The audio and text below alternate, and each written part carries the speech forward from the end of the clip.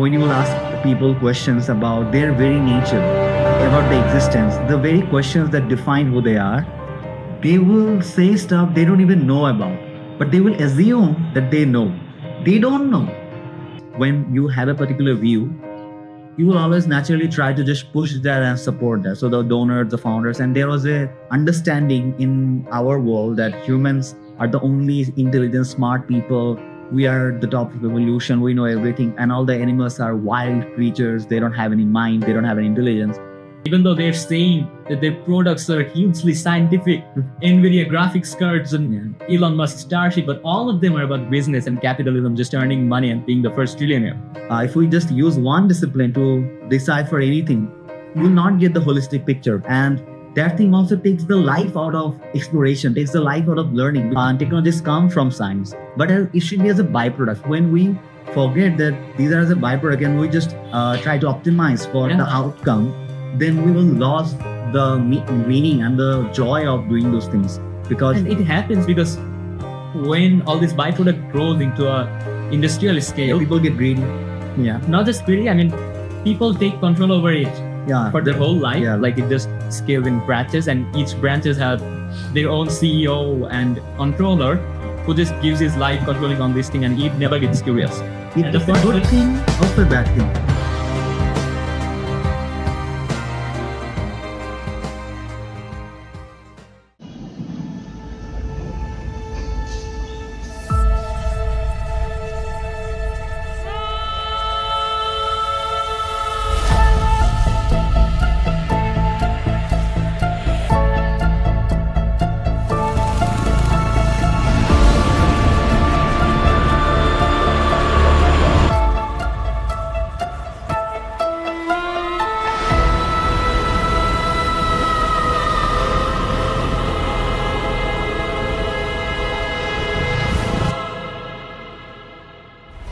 Since the dawn of time, humanity's search for meaning has given us science, philosophy, and art. But it has also given us ego, violence, and the comforting lies we tell ourselves when really it becomes too uncomfortable. But what all this progress worth if we continue to destroy Mother Nature herself? To believe is all, the universe is causeless, chaotic, and merciless. So perhaps the truth doesn't lie in standing apart as waves, but in dissolving into the infinite sea. This is our voyage to weave an interconnected vision of reality through epiphanic conversation. A new journey to understand who we are.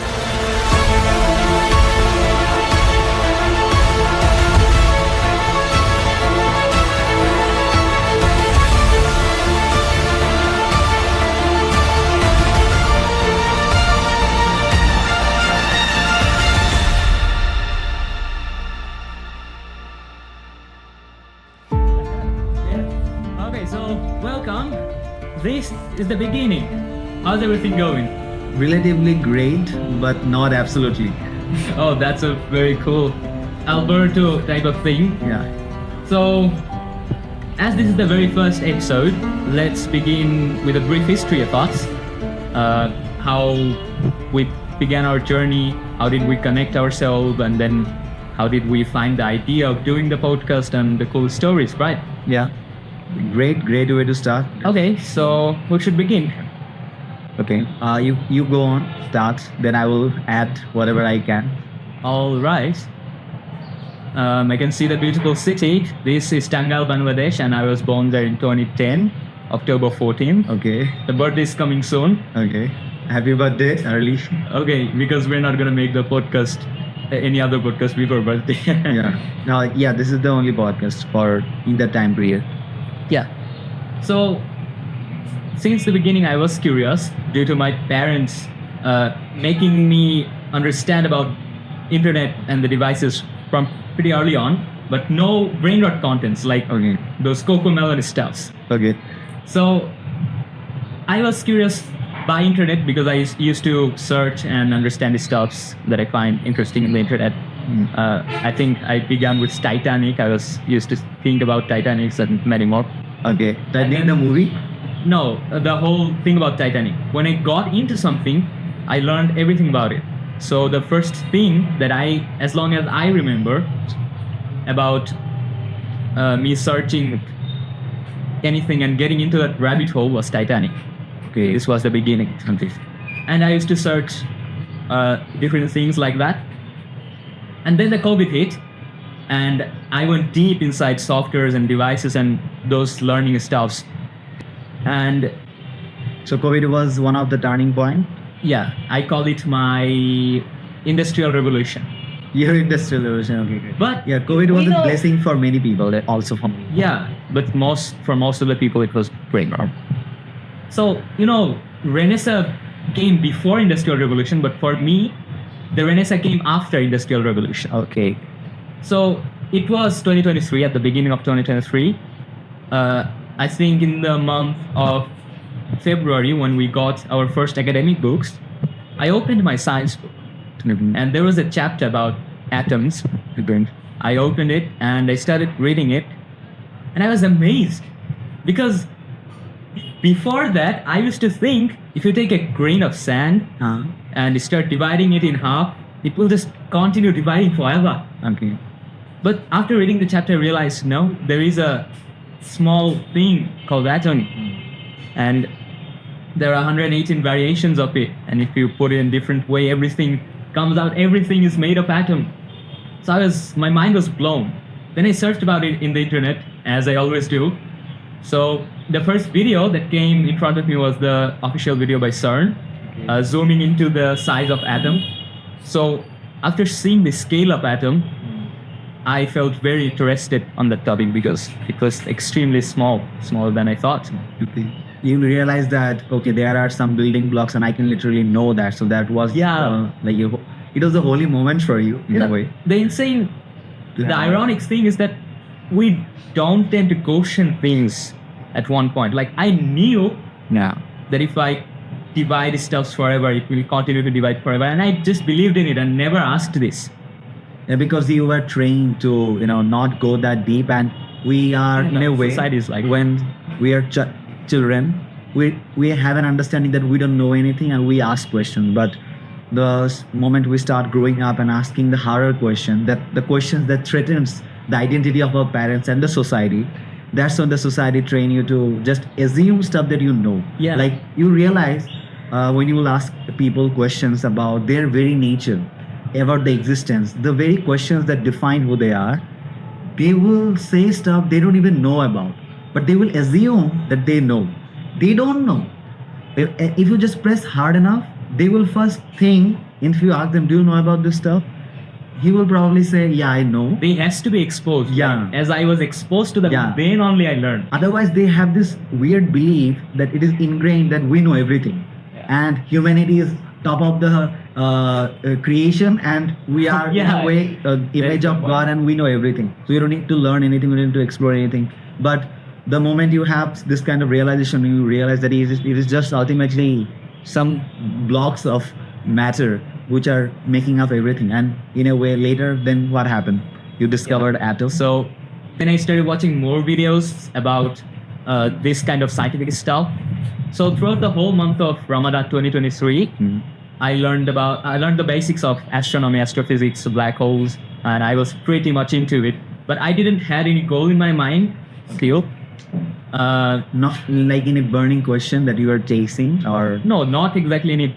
I mean, I was. okay. Through the movie Interstellar and Black Hole, I was just chasing questions and trying to understand, and then I realized, oh, this question is already answered. That's how it worked on. But the best thing started when I was in my class, and the class was about art, human art. So the teacher Humanity. called me to paint something, but I wasn't interested in that. Then the teacher said that instead of painting, you do what you can do. It was Mahim sir in grade 7, around August, as long as I remember, 2023. So that was the first time me taking a whole class of science. In a like through all the lenses.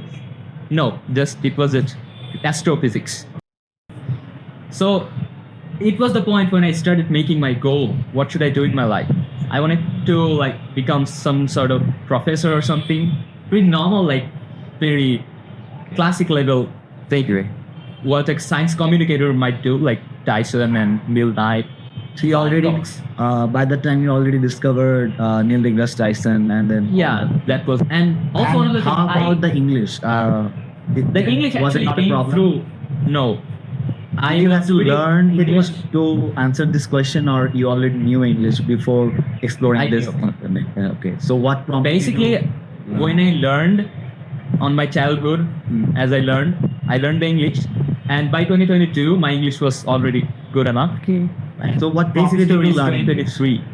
What prompted you to learn English, if not scientific exploration? Oh yeah, that's a very simple thing. In Bangladesh, Okay. the contents back then were very low quality, Okay. and I needed more knowledgeable contents, so I used to consume the contents mainly from the England and also America. So that's how I got into it. And that's how you also got the accent, because you listen. Oh, the accent. It came basically from me making contents. That's one of the points I forgot to say. I also make scientific contents, and I am making content from 2020. Okay. So it's around 5 years. So I'm editing, making contents. I can do good cinematography, and I used to talk in English in those places. So in one point I am consuming English. In one point I am, executing English. So that's how it came through, like a normal language. Great. People think we'll memorize books and like learn those. So it was a natural flow, and that's how you learned it first, because there was no fear factor or not what any if- competition. Stupid. The fear of any competition that I have to succeed here, I have to get this many marks for this subject, compared to my I still peer. can do grammar. Okay, yeah, that's how you learned it first, because you didn't have those barriers in mind that you had to cross. Yeah, and also I lost my fear through that first class, and then I took bunch of classes. Especially Awal sir helped me a lot in his classes. He gave me opportunities to explain throughout the whole year, and I got more and more into it. I started making assumptions about what would I do in the future slowly, and then I got into physics from astrophysics, and then quantum physics, and then I learned it. And 2024 came out. So in 2024, things were going normally. I was making small contents about science. I was learning it consistently. But I think it was in June 13th. It was Friday. It was raining in the afternoon. Okay. I went outside to buy some biscuits for my tea, and my leg was muddy. Okay. I still remember it. To the exact. In that day morning, I was watching some content from Cleo Abram. Okay. Yeah, she's so famous. About CERN. And I was feeling jealous. Like, what the hell? She can go wherever she wants, visit scientific laboratories, but we're like, shit, I'm just sitting and watching the content. There's no electricity. Bullshit.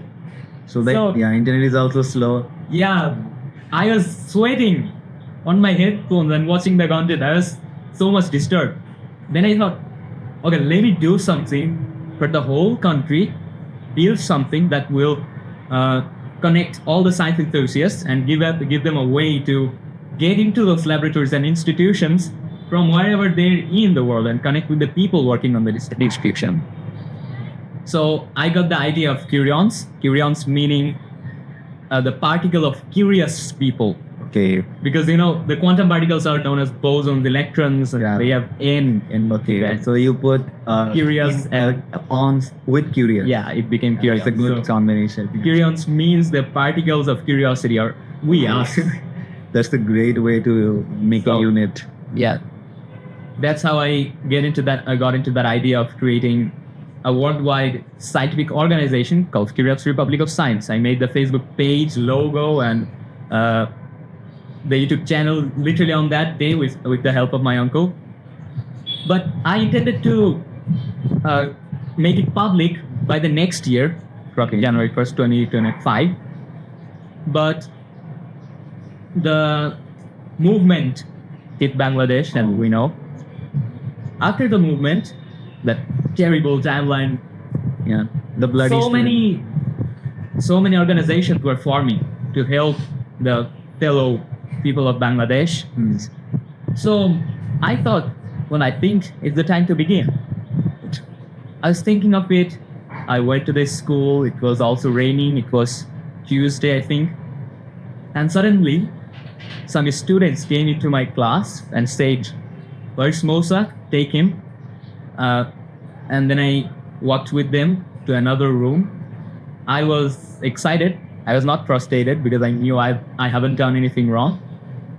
And then I saw Mahim sir is sitting, and Your school teacher. yeah, Mahim sir was sitting, and in front of him, a dumb student was sitting who had a bandicap or what is that? A band-aid Okay. Oh, in his I get head. it. Yeah. And I literally thought, oh, maybe this guy's from Dhaka University of Kuwait who went to the movement and lost his head, something like that. Okay. And then Mahim sir stayed me to talk with him, and I started talking, and he started talking about science. I was also talking about science. And Oh, are you that talking was about the- me? Oh. Yeah, that's how we met. Oh my god, I thought he was a stupid person in the first place. And also, I was that was me. Oh I was my God. dogma and type of pseudoscience scientific person back then. Okay. But then I talked with you, and then we talked about those philosophies and everything. That was my beginning of philosophy Huh. and my meta thinking and my clearance of all the subjects around us. So I talked with you. So what? This was your first impression of me. Yeah. Because he was wearing the band-aid. Okay. Yeah, I was hurt not because of the student movement. Yeah, of course. I was hurt. I was absent when I was walking down the road, and for some reason, I sometimes when I walk or when I'm just living, I just get lost. Like I'm not aware of my surroundings. I'm in a zombie state in a way, but I'm aware consciously. But I'm also not thinking. I'm just there. And I was walking by the road, and there was a something like a big bamboo. Someone just put it there, and I didn't see it. I was just walking, and I was struck by that bamboo so hard. Like there was literally, I still have the scar. It was literally wide open. So, and I met you after I think around few weeks later after that. And Yes. the story of We're my going into it slowly. yeah, the story from my side was I went to meet with Mahim sir before going outside the country because he was a great help and a great mentor in my life when I was in that state. So he told me about you, not that much. He just told me that there is a student. I can't help him. I want to help him. I don't understand him. Teachers will listen Yeah. to this podcast. Yeah, I will. I try to understand him, which all try, but he's disregarded in the school. Nobody understands him. The teachers also think he's having some mental problems or whatever. So he wanted to meet. He wanted me to meet with you so that I could help you mentally, not like discuss science or whatever. Just to understand what is going on with you. Literally, the nightmare happened as soon as we ended the conversation back there. Yeah. We was going outside, and the head teacher said us something wrong. One random guy walking by, he said us something wrong. That's very negative. Yeah, we talked for hours. I remember we didn't I even missed ask. 4 classes. Yeah, you skipped classes. Yeah, 4 classes, and sir didn't also say anything. Just that was a different thing Yeah. you made it. And I remember we didn't even know each other's names. I didn't Oh, even yeah. ask your name. You didn't ask my name. We just started. We didn't even know Yeah. ourselves. We That's what started. We boys do. connected so naturally, and it felt like that we knew each other for years, and we just started talking for hours. The whole school period was we just talked it. When you get into the same rabbit hole, there is no more Yeah. outside disturbance. So while our conversation, we actually got into the stuff of Kyrions, then the plan of that the thing I was thinking of to make such a huge thing, implement such a thing in our country. And literally later that day, in the evening, I was chatting with my scientific friends in a group called Cosmic Biochemistry made by Imran Hashmi. And so he was also my friend. There was Imran Hashmi, Abbas Bishwash, Jayanta Ghosh, Amit Bigani, and those Amit people. Bigani. Yeah, Oh my god, what a name! Is it his real name or Amit is real name. okay? Amit Bigani. Okay. Those people were there talking about me. Why am I so quiet nowadays? Okay. And stuff. So then I replied them why I was quiet. I was planning about this organization creating such a thing. They felt interested, and they literally said, "Okay, then we'll have a group call next day." I never had a group call before. This was the first time. And they were my first scientific friends in my life. Okay. So I never thought that they would directly stay me to have a group call. So next day, in 8:15 p.m., I still remember.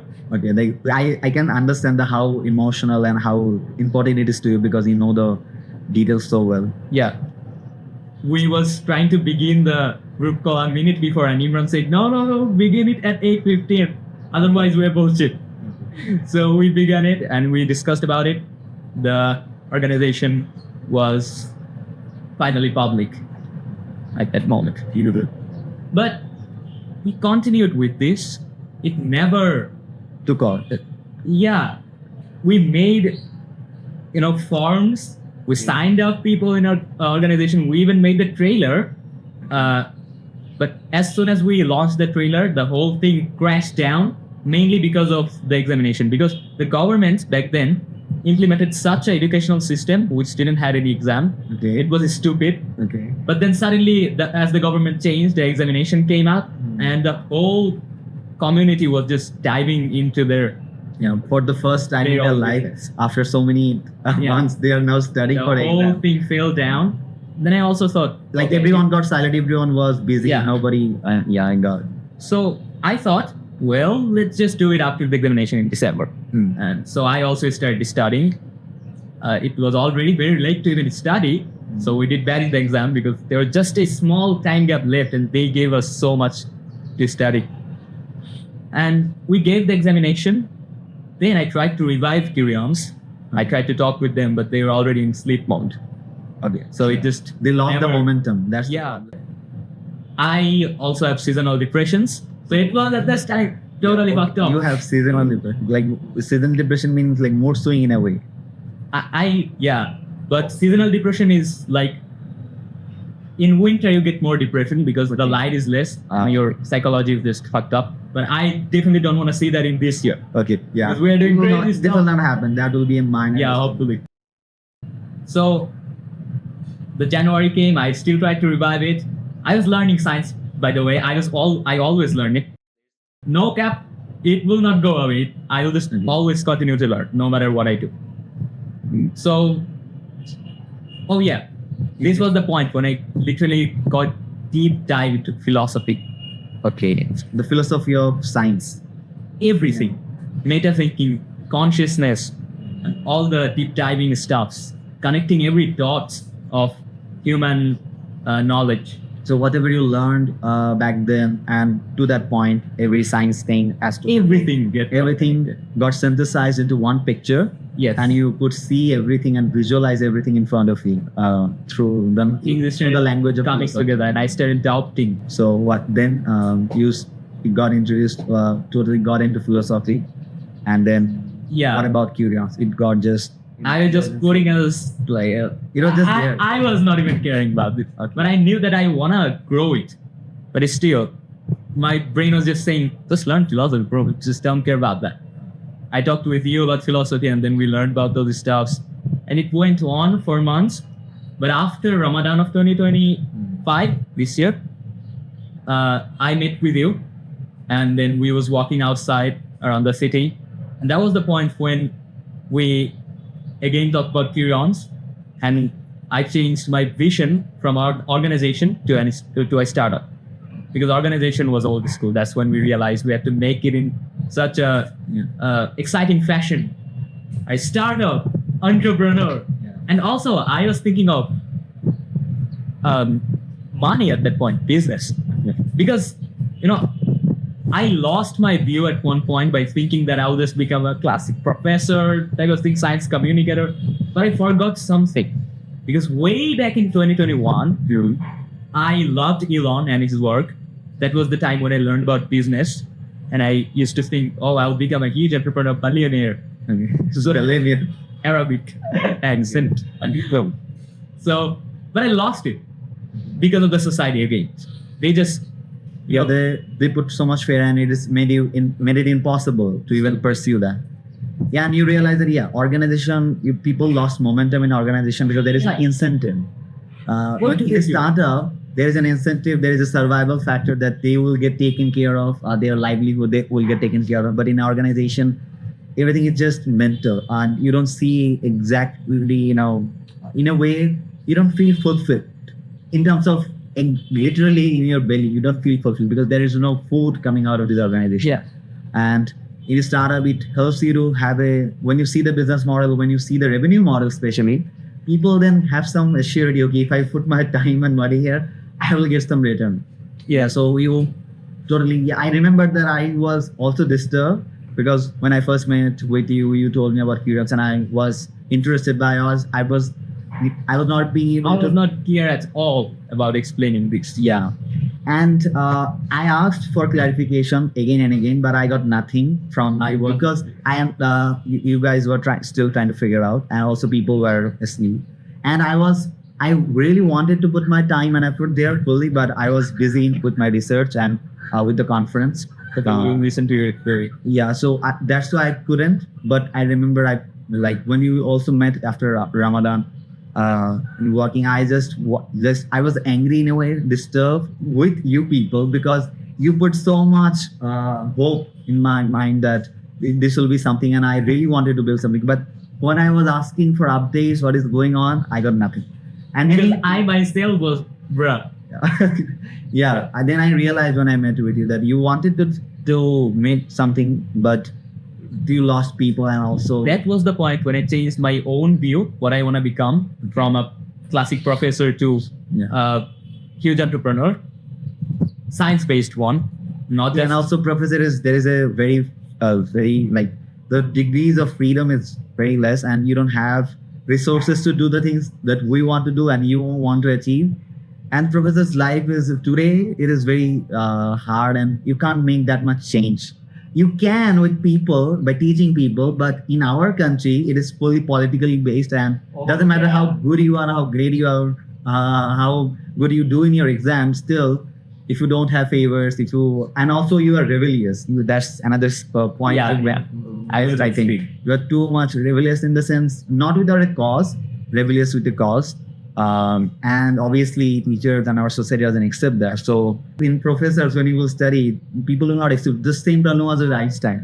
He was rejected to join as a professor, multiple universities. And when he went to his own university for recommendation, his own teacher, not only just he didn't recommend, he also wrote a letter discouraging the university to not take him as a professor, because he was angry with Einstein. Like, you disrespected me so much. I don't want to even help you, and you are a menace.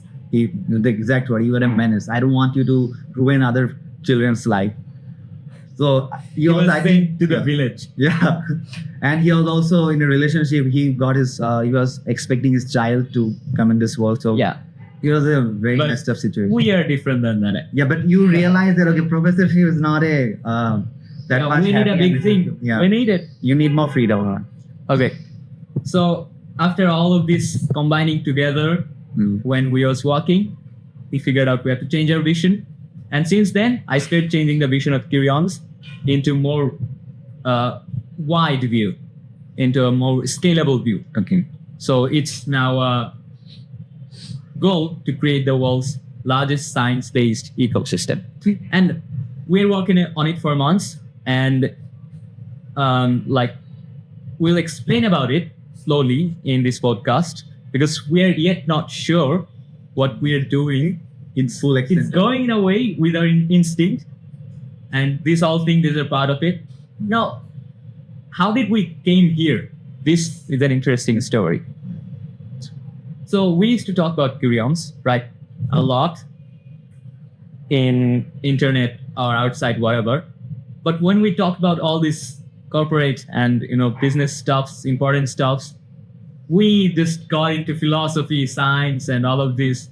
We diverged our conversation into another path and spent hours and hours. Yeah. So one day you said that instead of just diverging into another path, let's just record this whole conversation. It will be useful, maybe as archive, or it might just help us in the future, if not others. In a way, documenting our exploration, and also because we were talking about literally everything, and not just in a chit chat way, going deep, researching, and in a way, in an official way, Yeah. like in every topic, every discussion we had, it was more of not just starting a conversation, but also ending it with the conclusions.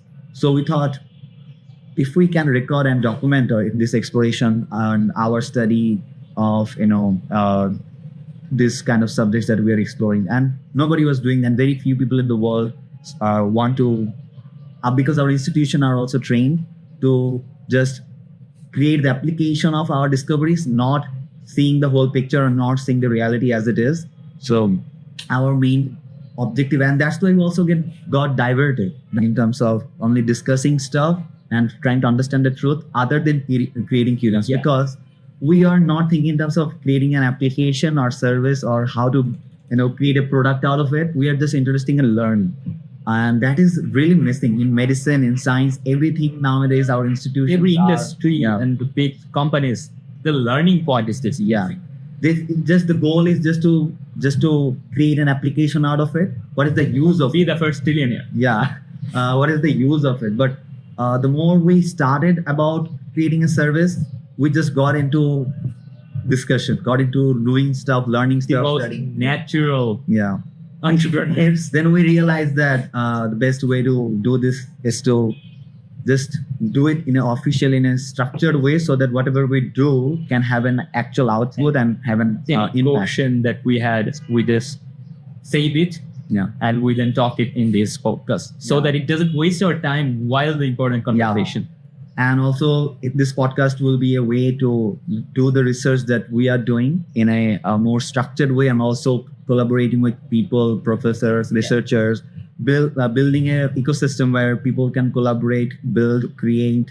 That is the vision. Yeah. Areas. And this will be a good way, because nowadays content is the only way people get hyped about anything or serious about anything, and we can build networks. So that's how it evolved from that small video call to this place here.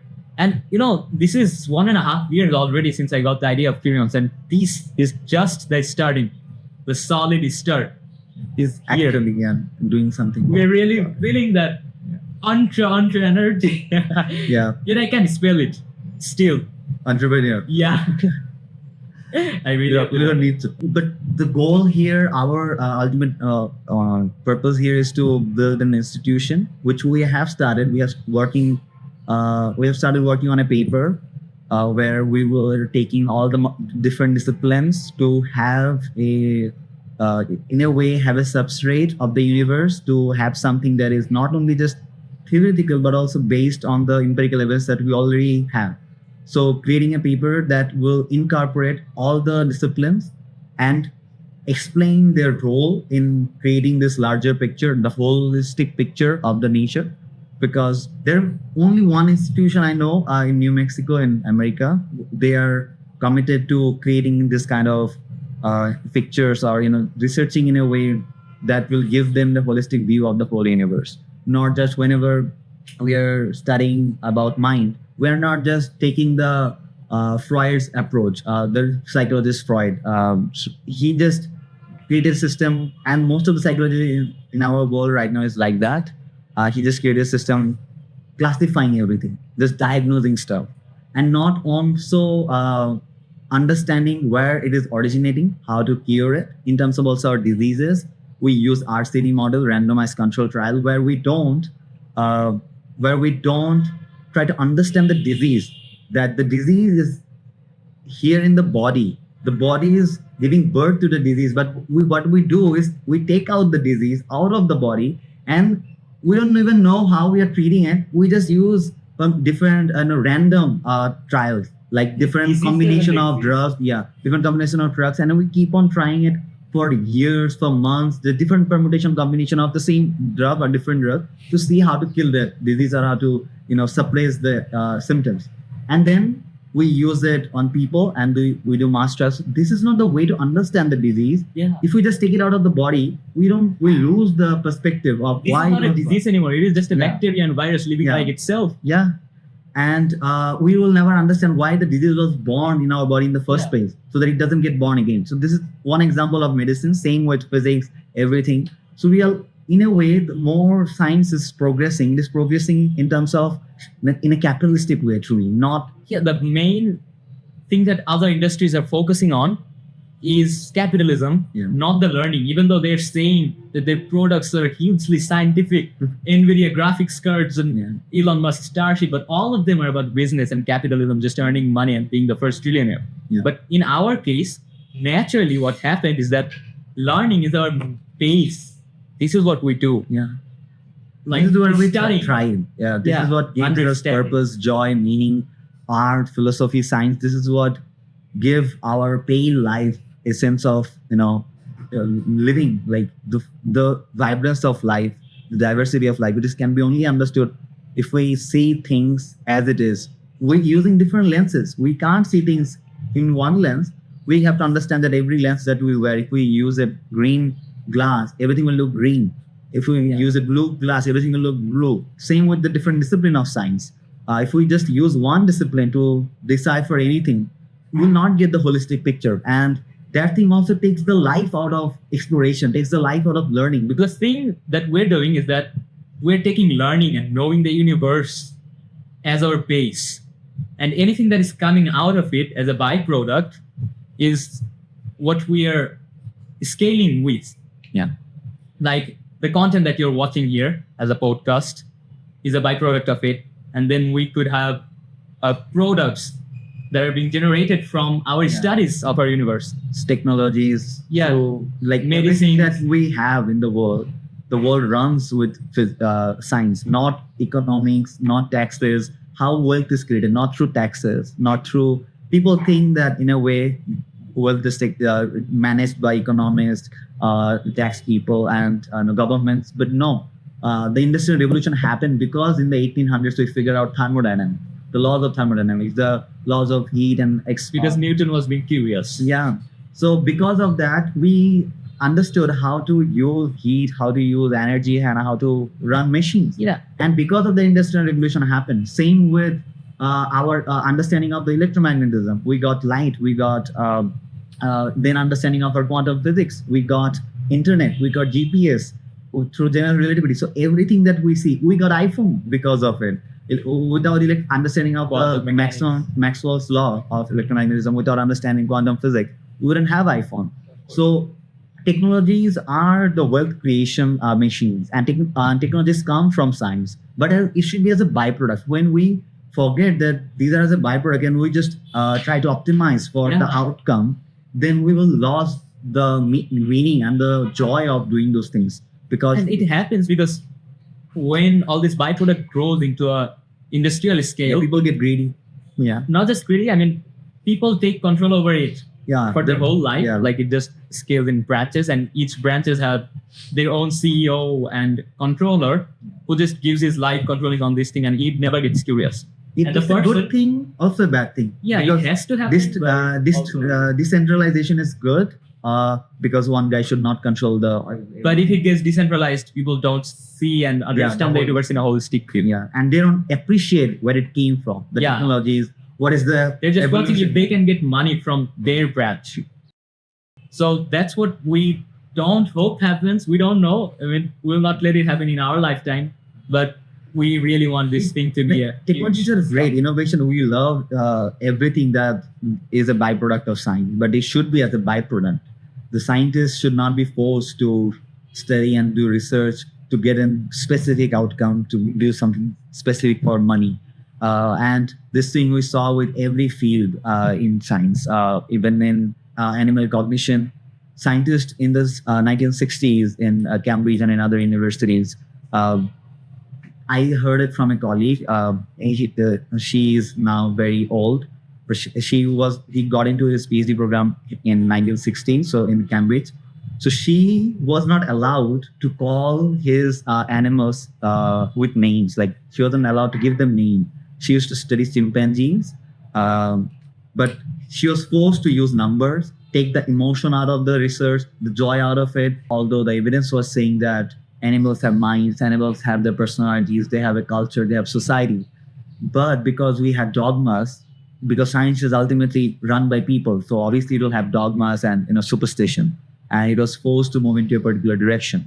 So she was discovering things that she wasn't allowed to report. If she reported it, if she made it public, or if she write a paper about it, she will not get funding, because for some reason people like to subconsciously or consciously, people like to just push their agenda, their worldviews, and is also unconscious in a way, because when you have a particular view, you will always naturally try to just push that and support that. So the donors, the founders, and there was a understanding in our world that humans are the only intelligent, smart people. We are the top of evolution. We know everything, and all the animals are wild creatures. They don't have any mind. They don't have any intelligence. But she was studying those things, and she was realizing that they have complex systems. Their society is beautiful in a way, and they have structures, they have rules, they have systems that they have created to maintain themselves. But she wasn't allowed to do those things. But then she still, in a way, pushed it and forced, and many scientists like her forced the institutions and forced the dogmas to get out of the system of our education. And now we are still in the transition period, that there are still so many dogmas, like we still, in a way, pushing towards string theory when we know that there are no evidence for it yet. With the mathematical formulas are great, but still string theory doesn't give us any perspective on the universe in an empirical way. And it has been years, decades, we have been studying that. We have spent billions, but still scientists, people, anyone who comes up with an alternative idea, any researcher, like Eric Weinstein, do you know about him? Geometric theory is alternative.